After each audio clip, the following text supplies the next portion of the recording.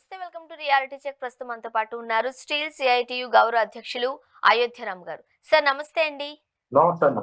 Sir, ఇంతకు ముందు కూడా మనం మాట్లాడడం స్టీల్ ఫ్యాక్టరీకి సంబంధించిన ప్రైవేటీకరణకు సంబంధించి మీరు ఉద్యమిస్తున్నారు, మీ వాయిస్ వినిపిస్తున్నారు. అయితే నిన్న కేంద్రం మనం చూడొచ్చు, లేటెస్ట్ గా 11,440 కోట్లతో ఒక ప్యాకేజ్ ని ప్రకటించింది. ఫస్ట్ ఆఫ్ ఆల్ మీరు హ్యాపీయేనా? మీరు అనుకున్నది సాధించినట్లేనా? ఏం చెప్తారు? విశాఖ ఉక్కు తెలుగోడకంటూ గత 4 సంవత్సరాల నుంచి కూడా ఉద్యమం నడుస్తూ ఉంది. ఈ ఉద్యమానికి సహకరించిన ప్రజలు, ప్రజా సంఘాలు, వివిధ రాజకీయ పార్టీలు, ఈరోజు అపోజిషన్లో ఉండొచ్చు, మన అధికారంలో ఉండొచ్చు, ప్రతిపక్షాలు, అధికార పార్టీ, కమ్యూనిస్ట్ పార్టీలు, అందరికీ, మీడియా మిత్రులకి పేరు పేరున ప్రజలకి ధన్యవాదాలు తెలియజేస్తాం. కేంద్రంలోని మోడీ గారి ప్రభుత్వం రెండోసారి అధికారంలోకి వచ్చాక cabinet committee on economic affairs ప్రధాని గారి అధ్యక్షతన జరిగిన సమావేశంలో విశాఖ ఉక్కుని 100% అమ్మాలని చెప్పేసి 2021 జనవరి 27 నిర్ణయం చేశారు. ఆ నిర్ణయాన్ని ఛాలెంజ్ చేస్తూ ఇది తెలుగు ప్రజల హక్కు, తెలుగు వాళ్ళ పోరాటంతో వచ్చింది, 32 మంది ప్రాణత్యాగాలతో వచ్చింది, 67 మంది కమ్యూనిస్ట్ పార్టీ ఎమ్మెల్యేలు రాజీనామాలు చేస్తే వచ్చిన లాంటిది, 16,500 మంది భూ నిర్వాసితులు అయితే వచ్చిన లాంటిది, 7 ఎంపీలు రాజీనామాలు చేస్తే వచ్చిన లాంటిది. ఉమ్మడి తెలుగు రాష్ట్రాల్లో విద్యార్థుల దగ్గర నుంచి వృద్ధుల వరకు, మేధావుల వరకు అందరూ ఉద్యమింతో వచ్చిన కర్మాగారం ఇది. ఇది ఒక స్టీల్ ప్లాంట్ అంటే ఇనుము తయారు చేసే కర్మాగారంగా చూడొద్దు, ఇది తెలుగు ప్రజల సెంటిమెంట్ తో కూడుకుందని చెప్పేసి మా ఉద్యమం స్టార్ట్ చేసిన దానికి 4 సంవత్సరాల తర్వాత అదే మోడీ గారు cabinet committee on economic affairs లో మొన్న జరిగినటువంటి సమావేశంలో 11,440 కోట్లు ఇస్తా ఉన్నాం, ఇది తెలుగు ప్రజల గుండెల్లో గూడుగట్టు ఉన్నటువంటి సెంటిమెంట్ అని చెప్పి ఆయన మాట్లాడారు, ఫిట్ చేశారు దాన్ని. దీనికి ముందుగా ఈ రాష్ట్రంలో ఉన్నటువంటి కూటమి ప్రభుత్వం ఏదైతే ఉందో చంద్రబాబు నాయుడు గారి నాయకత్వంలో వారిని ఖచ్చితంగా మేము పోరాట కమిటీని అభినందించాలి. ఎందుకంటే మేము చేసిన పోరాటాన్ని ఛానలైజ్ చేస్తూ మేము మాట్లాడతాం, ఈ కంపెనీని బతికిస్తాం అని చెప్పి వారు చెప్పారు. ఆ మేరకు వారు ప్రభుత్వం మీద ఒత్తిడి తీసుకొచ్చి ఈ ప్యాకేజీని ప్రకటన చేయడంలో వాళ్ళు సఫలీకృతం అయ్యారని చెప్పేసి చెప్తా ఉన్నారు.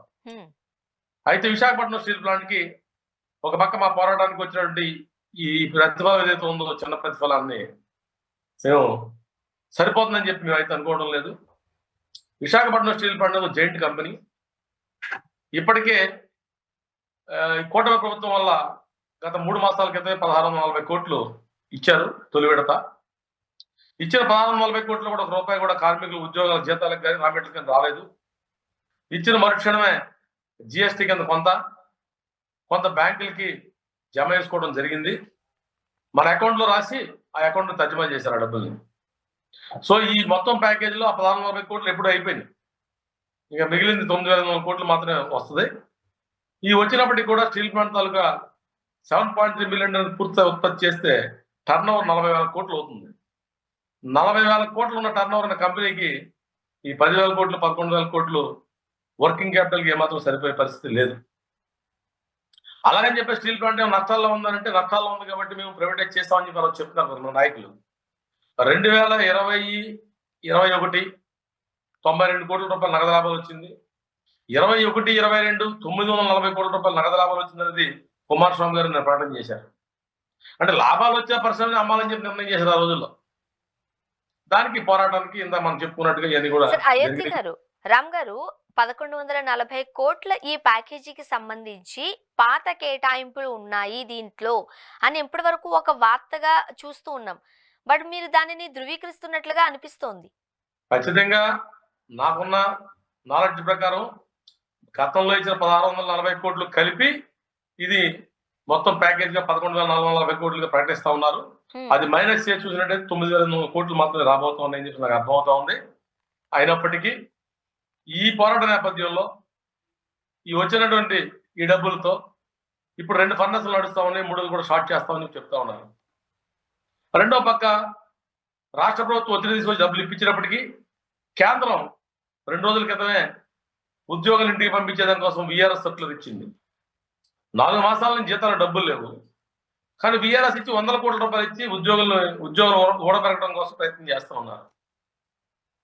అంటే మిషన్లు రెడీ చేసి అక్కడ మెటీరియల్స్ రెడీ చేసి నడవడానికి మ్యాన్ పవర్ లేకపోతే ఎవరు నడుపుతుంది దీన్ని? ఇది ఎట్లాంటి విడ్డూరం మాకు అర్థం కావడం లేదు. లేదు మేము కొత్త వాళ్ళు తీసుకుంటామంటారా? కొత్త ఉద్యోగం ఇప్పుడు తీసుకుంటే 2 సంవత్సరాలు ట్రైనింగ్ ఇవ్వాలా? ఓ సంవత్సరం పాటు అతనికి ఎక్స్పీరియన్స్ కావాలా? 3 సంవత్సరాలు పడితే తప్ప అతను 150 టన్నుల కెపాసిటీ క్రెయిన్లు నడపడం అనేది సాధ్యం కాని పరిస్థితి. చాలా ప్రమాదంతో కూడుకున్నది, ఆర్థిక సమస్యలు. కాబట్టి ఉన్న ఎక్స్పీరియన్స్ మ్యాన్ పవర్ని బయటకు పంపించాలని చెప్పేసి కేంద్రంలో స్టీల్ మంత్రిత్వ శాఖ ఎందుకు ఆలోచన చేస్తుంది? దీని వెంటనే ఉపసంహరించుకోవాలి. ఎప్పటి నుంచో కేవలం 15,000 నుంచి 20,000 రూపాయల మధ్యన మాత్రమే పనిచేస్తున్న కాంట్రాక్ట్ కార్మికుల్ని మరో 4,000 మంది తీస్తామని చెప్పేసి ప్రకటన చేస్తా ఉన్నారు. దాన్ని కూడా ఉపసంహరించుకోవాలి. తద్వారా ఏదైతే కూటమి ప్రభుత్వం ఆశలు ఉన్నాయో 100% ఉత్పత్తి చేయాలని చెప్పేసి ఆ చేయడానికి మేము సిద్ధంగా ఉన్నాం. 7.3 మిలియన్ టన్నులు ఉత్పత్తి చేస్తాం. 40,000 టన్నుల 40,000 కోట్ల రూపాయల టర్నోవర్ కూడా తీసుకుపోయేదానికి సిద్ధంగా ఉన్నాం కార్మికవర్గంగా. ఈ విషయాన్ని మన కేంద్ర మంత్రి గారు మాట్లాడుతూ చెప్పారు, మేము 100% చేయమంటే మేము 105% చేస్తామని చెప్పేసి. కార్మికవర్గం సిద్ధంగా ఉంది, కానీ మేనేజ్మెంట్ లేదు. 40,000 కోట్ల రూపాయల టర్నోవర్ ఉన్న కంపెనీకి పూర్తి స్థాయి చైర్మన్ లేరు. ఈ చైర్మన్ ఎవరు నిర్మిస్తారు? చంద్రబాబు నాయుడు గారు చేయలేరు, పవన్ కళ్యాణ్ గారు చేయలేరు, కేంద్రంలో ప్రభుత్వమే చేయాలి. సెలెక్ట్ చేసి కూడా అతనికి రాకుండా నాగపూర్ నుంచి ఒక చైర్మన్ గారిని తీసుకొచ్చి ఇన్ఛార్జ్ అని పెట్టి 15 రోజులు ఒకసారి వచ్చి చుట్టం చూపు వెళ్ళిపోతే ఈ కంపెనీ ఎలా నడుస్తుంది? Day to day activity. ఇప్పుడు రామ్ గారు, మీరు ఇన్ని ఫ్లాస్ చెప్తూ ఉన్నారు, కానీ నిన్న మనం మీడియాలో చూసిన ఈ నెంబర్ చూడగానే స్టీల్ ప్లాంట్ కి ఇక ఊపిరి పోసేసింది కేంద్ర ప్రభుత్వం. ఇంకా వెనుతిరిగి చూసుకోవాల్సిన అవసరం లేదు, సంబరాలు చేసుకుంటున్నారు, ఒక పండుగ వాతావరణం చూడొచ్చు. సో ఇలా రకరకాల వార్తలు చూసాము, కామెంట్స్ చూసాము. మీరు అంటే కాస్త డీలాగానే మాట్లాడుతున్నారు. దీనిలో ఈ కంపెనీ అనేది చిన్న కంపెనీ కాదమ్మా, చిన్నగా కంపెనీ కాదు. దీనికి స్టీల్ ప్లాంట్ లో స్టీల్ తయారు చేస్తే ఒక టన్ను తయారు చేయడానికి 50,000 ఖర్చు అవుతుంది. 50,000 ఖర్చు అయితే ఆ 50,000 ఖర్చు అయిన స్టీల్ మనం తయారు చేసి మార్కెట్ లో పెడితే 300-500 లాభం వస్తుంది మాక్సిమం వస్తే. కానీ 50,000 రూపాయలు పెట్టుబడి పెట్టాలి. అంటే క్యాపిటల్ ఇంటెన్సివ్ ప్లాంట్ అంటారు స్టీల్ ఇండస్ట్రీస్ ని. అంత పెద్ద క్యాపిటల్ కావాలని దానికి బ్యాంకర్ సపోర్ట్ చేయాలి. క్యాపిటల్ లేదు కాబట్టి విశాఖపట్నం స్టీల్ ప్లాంట్ నెట్వర్త్ -4,500 కోట్లు అంటే ఇప్పుడు 4,500 కోట్లు మైనస్ లో ఉంది కాబట్టి బ్యాంకర్స్ డబ్బులు ఇవ్వడం లేదు. ఎందువల్ల అంటే విశాఖపట్నం స్టీల్ ప్లాంట్ భూములు ప్రభుత్వం పేరున అంటే రాష్ట్రపతి గారి పేరు మీద ఉన్నాయి. మిషనరీ మటుకు విశాఖపట్నం స్టీల్ ప్లాంట్ పేరు మీద ఉంది. మిషనరీ 0 వాల్యూ కాబట్టి మైనస్ నెట్వర్త్. అదే విశాఖపట్నం స్టీల్ ప్లాంట్ భూములు రాష్ట్రపతి గారి పేరు మీద ఉన్న భూముల్ని విశాఖపట్నం స్టీల్ ప్లాంట్ పేరు మీద మార్చినా ప్రభుత్వ భూములే. అలా మారిస్తే స్టీల్ ప్లాంట్ తాలూకా నెట్వర్త్ 70,000 కోట్లు కాబోతా ఉంది. దాన్ని చేయాలని చెప్పేసి మేము ఎప్పటి నుంచి అడుగుతూ ఉన్నాం, దాన్ని చేయడం లేదు. అట్లాగే సెయిల్లో 8 రాష్ట్రాలు విస్తరించిన స్టీల్ ప్లాంట్స్ కి గనులు ఉన్నాయి, విశాఖపట్నం స్టీల్ ప్లాంట్ గనులు లేవు. కాబట్టి సెయిల్ తో పాటు దీన్ని కూడా కలిపినట్టయితే ఎన్ఎండిసి కానీ, ఎన్ఎండిసి దగ్గర ఊరు ఉంది 100 సంవత్సరాలు సరిపడా, సెయిల్ ఉంది. నగర్నార్ స్టీల్ ప్లాంట్ లో నడపడానికి ఎక్స్పర్టైజ్ మ్యాన్ పవర్ లేదు. విశాఖపట్నం స్టీల్ ప్లాంట్ లో ఎక్స్పర్టైజ్ మ్యాన్ పవర్ ఉంది. వీళ్ళు వీఆర్ఎస్ పంపించాక అక్కడ పంపించవచ్చు, వెళ్తామంటున్నారు. ఇలా నగర్నార్ కానీ, ఎన్ఎండిసి కానీ, సెయిల్ కానీ, ఆర్ఐఎన్ఎల్ కానీ అన్ని కలిపి ఒక జాయింట్ కంపెనీగా చేస్తే భారతదేశంలో ప్రభుత్వానికి 1,00,000 కోట్ల టర్న్ ఓవర్ సాధించే కెపాసిటీ ఉందని చెప్పేసి నిన్న జరిగిన కలెక్టర్ మీటింగ్ కూడా చర్చించాము. కానీ దీన్ని చేయడం లేదు. ఎందుకంటే గవర్నమెంట్ పాలసీ అంటారు. ఆంధ్ర రాష్ట్రంలో ఆంధ్ర బ్యాంక్ ని బాలరాజు పట్టాభి సీతారామయ్య గారు స్థాపించిన బ్యాంక్ ని రాత్రి యూనియన్ బ్యాంకులు ఎవరు చెప్పని కలిపేశారే. ఆంధ్ర బ్యాంక్ లేదే ఇప్పుడు ఆంధ్ర రాష్ట్రంలో, ఆంధ్రులు గర్వకారమైన బ్యాంకు. కానీ విశాఖపట్నం స్టీల్ ప్లాంట్ సేల్ కలపడం వచ్చిన ఇబ్బంది ఏంటి? బిహెచ్పిని బిహెచ్ఎల్ కలపలేదు ఆ రోజుల్లో, ఇప్పుడు ఎందుకు కలపకూడదు దీన్ని? విశాఖపట్నం స్టీల్ ప్లాంట్ సేల్లో కలపడం మూలంగా ₹1 కూడా కేంద్రానికి కానీ రాష్ట్రానికి ఖర్చు కాదు. మీ దగ్గర 100 ఏళ్ళు సరిపడా ఐరన్ ఓర్ ఉంది, కోల్ ఉంది, ఒక మైన్ కేటాయించండి. కోల్ మైన్ ఒకటి, ఐరన్ ఓర్ మైన్ ఒకటి. విశాఖపట్నం స్టీల్ ప్లాంట్ లాభాలు వస్తే లాభాలు ప్రభుత్వానికి వెళ్తాయి. కాబట్టి వీఆర్ఎస్ ప్రకటించొద్దు, ఉన్నవాళ్ళు పని చేయనివ్వండి, వాళ్ళ జీతాలు ఇవ్వండి చాలు, అంత మించి వాళ్ళు ఏం అడగట్లేదు మిమ్మల్ని. ఆ జీతాలు కూడా 2012 క్రితం జీతాలు తీసుకున్నారు. కొత్త వేతన ఒప్పందం భారతదేశం అంతా అమలైంది 2017 నుంచి. 2017 నుంచి అమలు కాలేదు ఈ రోజుకి. అదే ఉద్యోగులు హెచ్ఆర్ఈ రాత్రి తీసేశారు. హౌస్ రెంట్ లేకుండా బయట అద్దెల్లో ఉండి వాళ్ళు పనిచేస్తున్నారు, క్వార్టర్స్ లేకుండా. కరెంట్ బిల్లు మార్కెట్ రేటుతో సహా పెంచారు. ఇన్ని ఇబ్బందులు కార్మికులు పెట్టినా 4 నెలల జీతాలు లేకపోయినా, దసరాకి జీతాలు లేవు, క్రిస్మస్ జీతాలు లేవు, తెలుగు వాళ్ళు పెద్ద పండుగ సంక్రాంతి జీతాలు లేవు. అయినా సరే ఆకలితో అలంటిస్తూ బాధలు చెప్పుకోకుండా కంపెనీ ప్రజల కోసం కంపెనీని కంటి సాగులో కాపాడుకుంటూ కంటి పాపలాగా ఉత్పత్తి తీసి ముందున్నాం. కాబట్టి మేనేజ్మెంట్ చేసే నిర్ణయాలు, ప్రభుత్వం చేసే బ్యాడ్ నిర్ణయాల వల్లే స్టీల్ ప్లాంట్ నష్టాలు అవుతున్నాయి తప్ప ఇది ప్రజలకు సంబంధించి కాదు, కార్మికులకు సంబంధించి కాదు. కాబట్టి సరైన మేనేజ్మెంట్ తీసుకోవాలన్న బాధ్యత ప్రభుత్వం మీద ఉంది. దాన్ని చంద్రబాబు నాయుడు గారు ఇప్పటికే గుర్తించారు, ఆయన చెప్పారు సార్ సమర్థవంతమైన మేనేజ్మెంట్ కావాలని చెప్పేసి వెంటనే పూర్తి స్థాయి చైర్మన్ ని, పూర్తి స్థాయి డైరెక్టర్ ఆపరేషన్ కూడా నియమించాలని చెప్పి కూడా చంద్రబాబు నాయుడు గారు కోరుతా ఉన్నాం. సార్ ఎంఎండిసితో గనుల కేటాయింపు జరుపుతామంటూ మంత్రి చెబుతూ ఉన్నారు. ఈ వ్యాఖ్యలను ఎలా చూడాలి? ఎన్ఎండిసి నుంచి ఐరన్ ఓర్ ఇమ్మంటేనే నా ఇబ్బందులు పెడతా ఉన్నారు. మనకి ఇవ్వటం మన జిందలకి మెట్టలకి వేరే వాళ్ళకి ఇస్తా ఉన్నారు. ఎన్ఎండిసిలో మనకి రోజుకి 7 రేకులు అంటే 7 రైల్వే ట్రైన్లు ఐరన్ ఓర్ ఇవ్వాల్సిన అగ్రిమెంట్ ఉంది. దాన్ని అమలు చేయడం లేదు. 3-4 ఇస్తా ఉన్నారు. ఏమంటే మా దగ్గర ప్రొడక్షన్ లేదంటారు, బయట వాళ్ళకి అమ్ముకుంటా ఉన్నారు. ఏమంటే కుంటి సాగులు చెప్తా ఉన్నారు. ప్రభుత్వ రంగ పరిశ్రమకు ముందు ఇవ్వకుండా బయట వాళ్ళకి ఎందుకు ఇచ్చుకుంటా ఉన్నారు? ఎన్ఎండిసి సపరేట్ బోర్డు అంటా ఉన్నారు. కాబట్టి అట్లా కాకుండా సొంతంగా తవ్వుకునే దానికోసం సేలి గనులు ఉన్నాయి, మెట్టల గనులు ఉన్నాయి, టాటా గనులు ఉన్నాయి. భారతదేశంలో గనులు లేని స్టీల్ ప్లాంట్ ఏదైనా ఉంది విశాఖపట్నం స్టీల్ ప్లాంట్ ఒకటే. కాబట్టి దీనికి సత్వరమైన సొంత గనులు కేటాయించాలని చెప్పేసి ఆ విధంగా సేల్లో దీన్ని జాయింట్ చేసినట్టయితే ఓ జెయింట్ కంపెనీ అవుతుంది. కాబట్టి బ్రహ్మాండమైన లాభాలు వస్తాయి. యువతకు ఉద్యోగ అవకాశాలు కల్పించవచ్చు, ట్యాక్సులు కట్టవచ్చు, ప్రజలకు మెడికల్ ఆక్సిజన్ ఇవ్వచ్చు, రైతులు అమ్మోనియా రూపంలో ఎరువులు ఇవ్వచ్చు, అనేక ఉపోత్పాదనలు కూడా తీసుకొచ్చి ఇచ్చేదానికోసం ఈ ప్లాంట్ ని ఇప్పుడు కూటమి ప్రభుత్వం తీసుకొచ్చి ఈ ప్యాకేజ్ తో పాటుగా ఆ మిగతా అంశాలను కూడా వారే కంప్లీట్ చేయాలని చెప్పేసి మీ ద్వారా కోరుతాము. సార్ ముఖ్యంగా విశాఖ ఉక్కు ఆంధ్రుల హక్కు అనే నినాదంతో మనం చూస్తూ ఉంటాం. చిన్నప్పటి నుంచి ఒక రకంగా చెప్పడం అలా చదువుకునే పెరిగిన వాళ్ళకి ఇప్పుడు చాలా నష్టాలలో విశాఖ స్టీల్ ప్లాంట్ ఉంది. కాబట్టి ప్రైవేటైజేషన్ వైపు కేంద్ర ప్రభుత్వం అడుగులు వేస్తుంది చెబుతున్న నేపథ్యంలో నిన్న ప్రకటించిన ఈ ప్యాకేజ్ తో లేకపోతే వీళ్ళు చెబుతున్న మాటలు బట్టి చూస్తుంటుంటే ఈ ప్రైవేటైజేషన్ ఆగిపోయినట్లేనా? ఇక ఊపిరి పీల్చుకోవచ్చా? ఖచ్చితంగా ప్రభుత్వం ఏదైతే ఉందో ఆ ప్రభుత్వం 2021లో నిర్ణయం చేసిన ఛార్జీ సేల్ అనే దాన్ని ఈ రోజుకి వెనక తీసుకోలేదు. ఛార్జీ సేల్ అట్లాగే ఉంది. ఆ ఛార్జీ సేల్ తీసుకోనంతసేపు ఈ కత్తి మన మీద వేలాడుతున్నట్టే. అది కేంద్ర ప్రభుత్వం ప్రకటన చేయాలి విడుదల చేసుకున్నట్టుగా.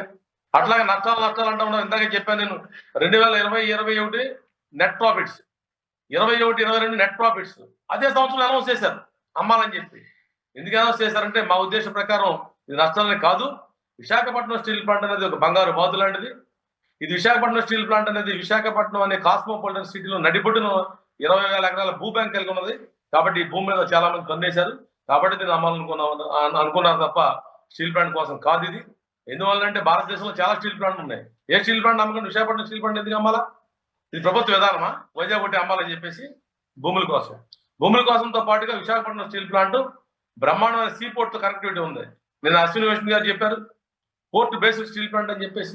పోర్ట్ బేస్డ్ స్టీల్ ప్లాంట్ ఇతర రాష్ట్రాల్లో ఎక్కడ లేదు, 8 రాష్ట్రాల్లో. రెండోది బ్రహ్మాండమైన ఎయిర్పోర్ట్ దగ్గరలోనే ఉంది, బ్రహ్మాండమైన రైల్వే జోన్ ఉంది, బ్రహ్మాండమైన హైవేస్ కనెక్టివిటీ ఉంది.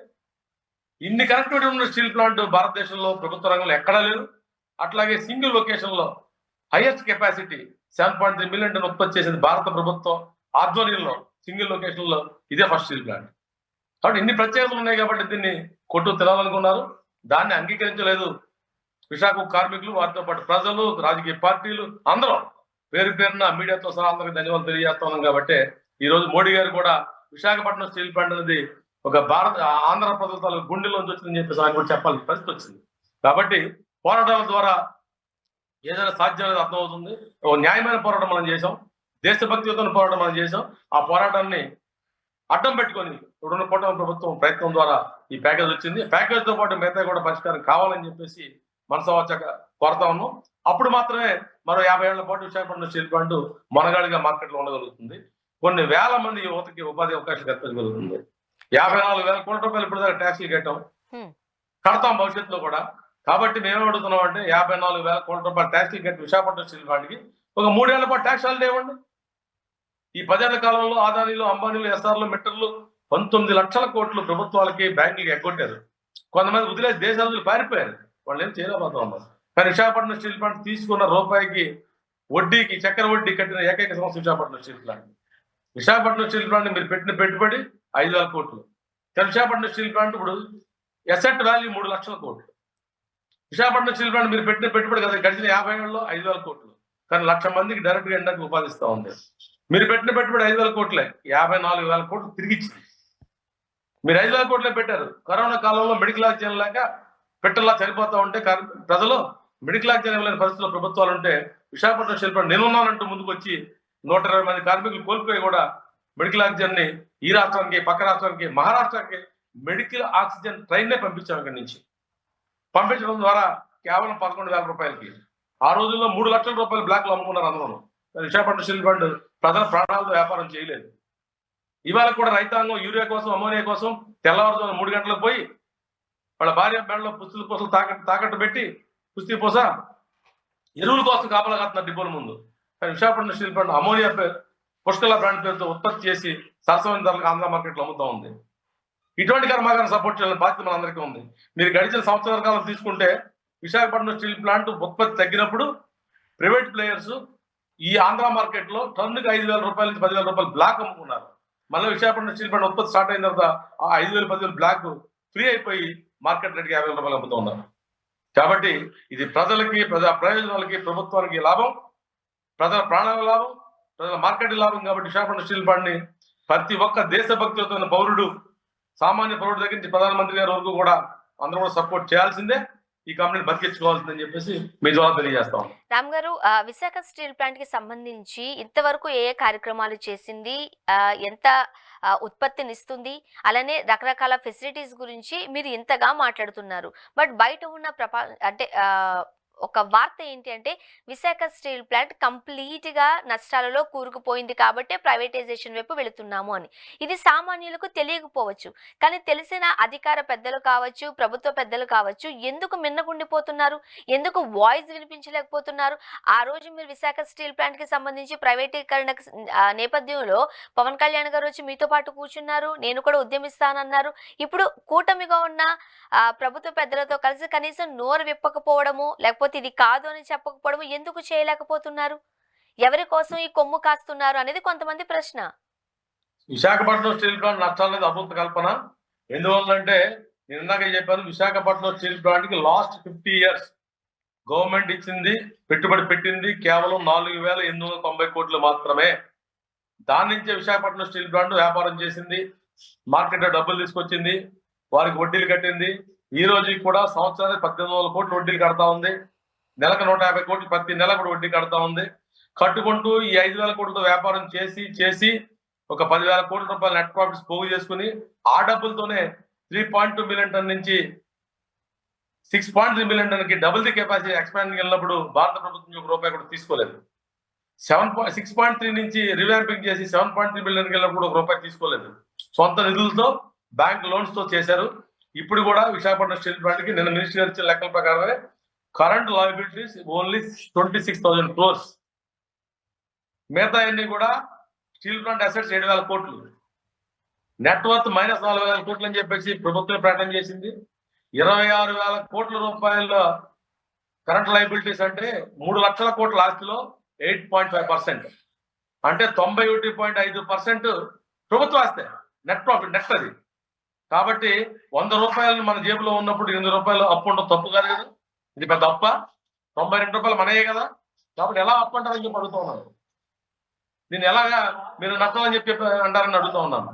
సార్, ఇప్పుడు ఈ ప్యాకేజీ తీసుకురావడం మా కూటమి ప్రభుత్వం యొక్క క్రెడిట్ అంటూ కొంతమంది నేతలు మాట్లాడుతున్నారు అంటూ కూడా మనం చూస్తున్నాం. ఈ క్రెడిట్ కూటమి ప్రభుత్వానికి ఇస్తారా? కూటమిగా ఏర్పడింది కాబట్టి ప్రభుత్వం, వాళ్ళు మాట్లాడారు కాబట్టి వాళ్ళు సాధించి తెచ్చిపెట్టిన ఈ ప్యాకేజ్ అని వాళ్ళ గురించి చెప్తారా మీరు? ఖచ్చితంగా విశాఖ ఉక్కు తెలుగుడకు అని చెప్పేసి 4 సంవత్సరాల పోరాటం నడుస్తుంది, ఈ రోజు కాదు. ఈ పోరాటం వల్లనే విశాఖపట్నం స్టీల్ ప్లాంట్ ఇప్పుడు అమ్ముడు పోలేదని చెప్పేసి కేబినెట్ మంత్రి కుమారస్వామి గారు మాతో చెప్పారు నెల క్రితం ఆయన కలిసినప్పుడు. అది వాస్తవం. ఈ విషయాన్ని చంద్రబాబు నాయుడు గారు కూడా అంగీకరించారు. మా టెంట్కి వచ్చారు, లోకేష్ గారు వచ్చారు, పవన్ కళ్యాణ్ గారు వచ్చి మీటింగ్ పెట్టారు, పోరాటం చేయమన్నారు, చేయాలని చెప్పారు. ఈ పోరాటాలు ప్రజలు మద్దతు ఇచ్చారు. ముఖ్యంగా మా పోరాటాలు ఒకటే కదా, పోరాటాలు ప్రజా మద్దతు ఉంది. కాబట్టి విశాఖపట్నం స్టీల్ ప్లాంట్ ని ఇదే మోడీ గారి ప్రభుత్వం ట్రాన్సాక్షన్ అడ్వైజర్ని అపాయింట్ చేసింది అమ్మడం కోసం. లీగల్ వ్యవహారాలు లీగల్ అడ్వైజర్ని అపాయింట్ చేసింది డబ్బులు ఇచ్చి, వాల్యుయేటర్స్ అపాయింట్ చేసింది. ఇన్ని చేసినా ఏ ఒక్కరిని కూడా విశాఖపట్నం స్టీల్ ప్లాంట్ కాలు పెట్టడం లేదు, రానియలేదు. కాబట్టి ఇప్పుడు ఆ అవకాశం చంద్రబాబు నాయుడు గారికి వచ్చింది కాబట్టి ఆయన ప్రభుత్వంతో సంప్రదింపులు జరిపారు కాబట్టి ఈ ప్యాకేజ్ వచ్చిందని మేము భావిస్తాము. ఓకే సార్, ఫైనల్ గా చెప్పండి, నెక్స్ట్ స్టెప్ ఏంటి? అంటే ప్రైవేటీకరణ ఆగిపోయినట్లేనా? రకరకాల సందేహాలు ఉన్న నేపథ్యంలో మీరు నెక్స్ట్ ఎటువంటి కార్యాచరణతో ముందుకు వెళ్ళబోతున్నారు? ప్రైవేటీకరణ ఆగినట్టుగా cabinet committee and economic affairs నుంచి ప్రధాన మోడీ గారి అధ్యక్షతన జరిగిన సమావేశం నుంచే ప్రకటన రావాలి ప్రైవేటీకరణ లేదు అని చెప్పి. అది ఇంకా రాలేదు, రావాలని కోరుకుంటున్నాం. రెండోది, మాకు ఖచ్చితంగా గనులు కేటాయించాలి, ప్రభుత్వం తరపున గనులు. మూడోది, సేల్లో కలపడం కోసం సీరియస్ గా ప్రయత్నం చేయాలి. యంగ్స్టర్స్ ఇంకా రిక్రూట్ చేసి పూర్తిస్థాయి ఉత్పత్తి ప్రయత్నం చేయాలి. అలాగే 3 సంవత్సరాల పాటు ట్యాక్స్ హాలిడే ఇవ్వాలి. ఇవి ఇచ్చినప్పుడు ఈ ఈ విశాఖపట్నం స్టీల్ ప్లాంట్ నుంచి భారత ప్రభుత్వానికి, రాష్ట్ర ప్రభుత్వాలకి, ప్రజలకి మరిన్ని నిధులుగా సర్వీసులు చేయడం కోసం, డబ్బులు సమకూర్చడం కోసం స్టీల్ ప్లాంట్ కార్మికులకు ఎప్పుడు సిద్ధంగా ఉందో మీ ద్వారా తెలియజేస్తాను. Thank you so much Ram గారు, మీ అభిప్రాయాలు మాతో పంచుకున్నారండి. Thank you very much. ఇది వాళ్ళ రియాలిటీ చెక్. Stay tuned.